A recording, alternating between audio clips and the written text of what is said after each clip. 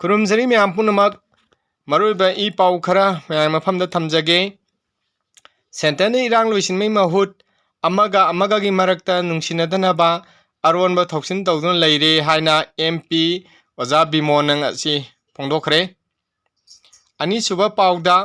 cookie militant सिंग यांगलेन सरू ओइरिबा MLA तरा कंकतन तमै मतम नत्रे मालेम थोंगाम मियांगी खोलांग नमथनबो होनबदा इलीगल इमिग्रेंट हाइबो वाइसिनदना नाकोइनना पुरगा कुकी मिलिटेंट सिंग यांगलेन सरू ओइरिबा MLA तराबो कंकतन तमै मतम नत्रे हाइना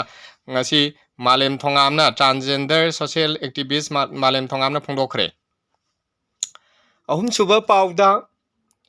चीफ मिनिस्टर ना फोंदोकपिरकपनी